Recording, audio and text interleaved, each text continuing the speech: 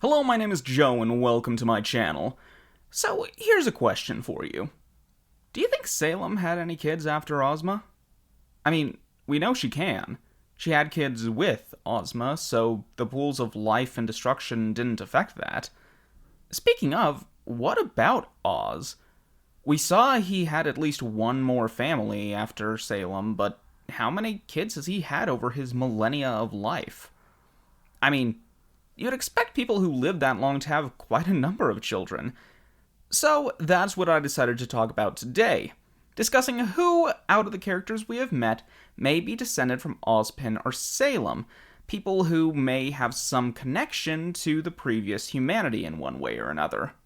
I'll be going through two possibilities for Ozpin as well as two for Salem. Alright, let's get into it, starting with Ozpin's possible descendants.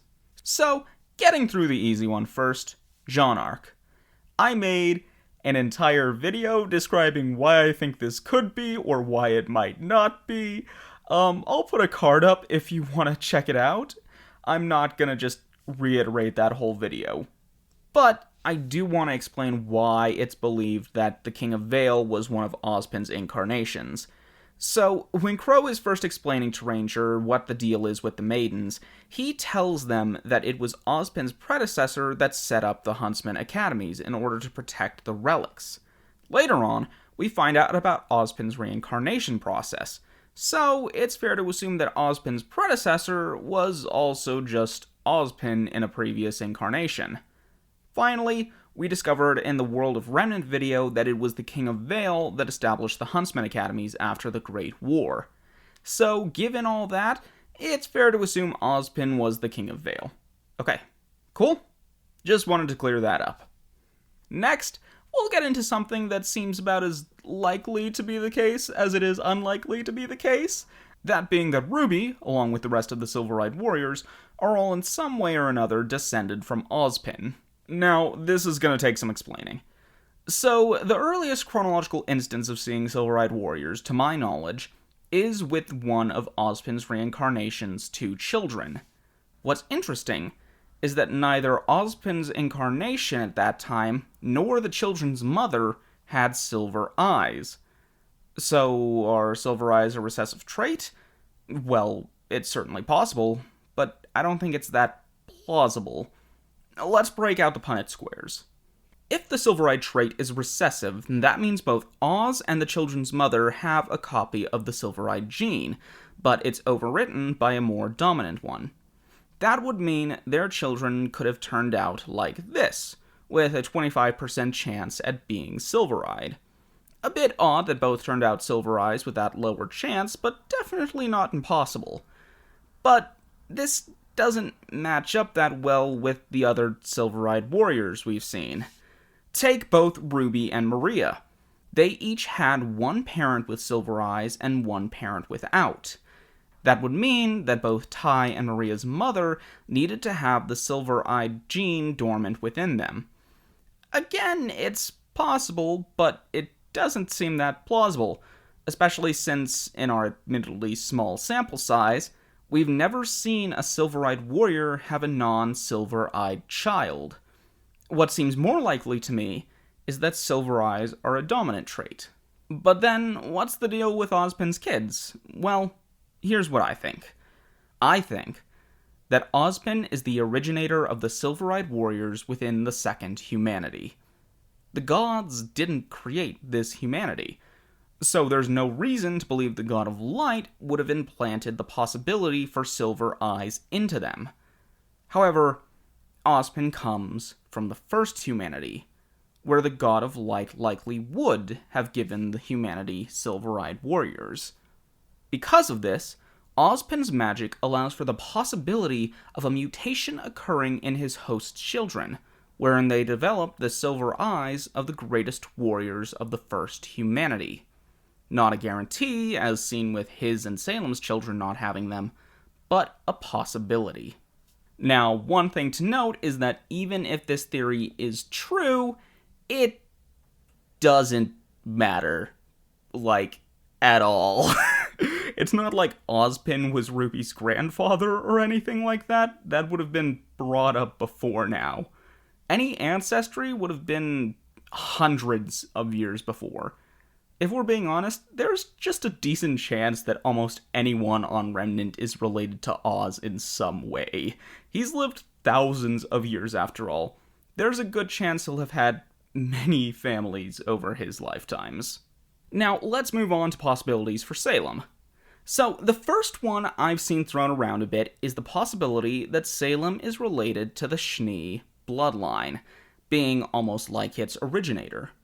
And this is a pretty understandable theory. The white hair, obviously, but also the Schnee semblance.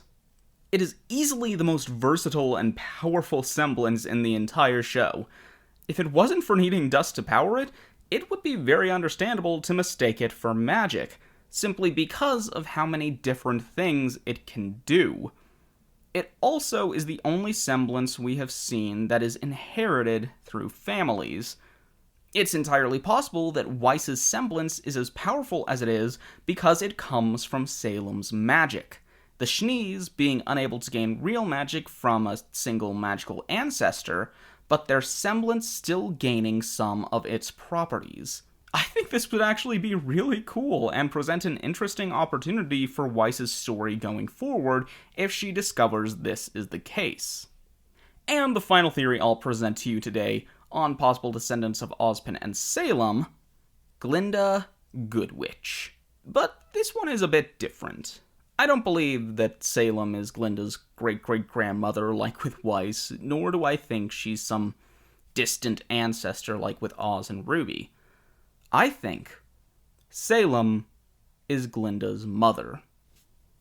Now, we don't know a lot about the adult characters' backstories in the show.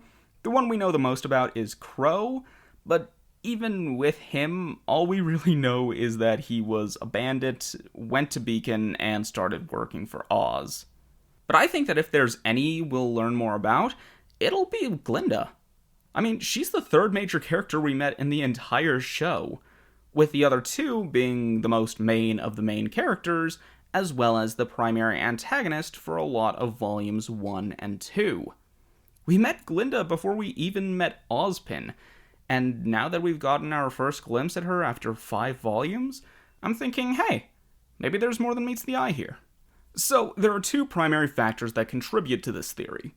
The first is certain design choices, and this is pretty slim evidence, I'm not gonna lie. I noticed in Volume 8 that the cape Salem wears has her symbol printed on the back of it, very similar to how Glinda's is printed on the back of hers. Despite this being a pretty common choice in design for fiction, it isn't really common in RWBY. I mean, the main people who actually wear capes are Salem, RWBY, and Glinda, and Salem and Glinda are the only ones who have their logo printed on the back. And that's about it. From the context of physical design, at least.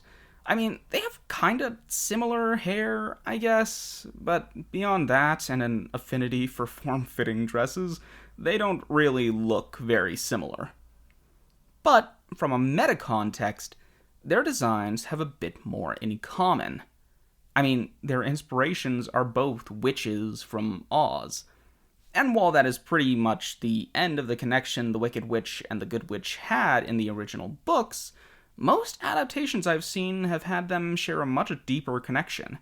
Most notably, the Wicked musical, which had the two start out as enemies before becoming best friends and sharing arguably the strongest relationship in the show. I think RWBY could be pulling something similar.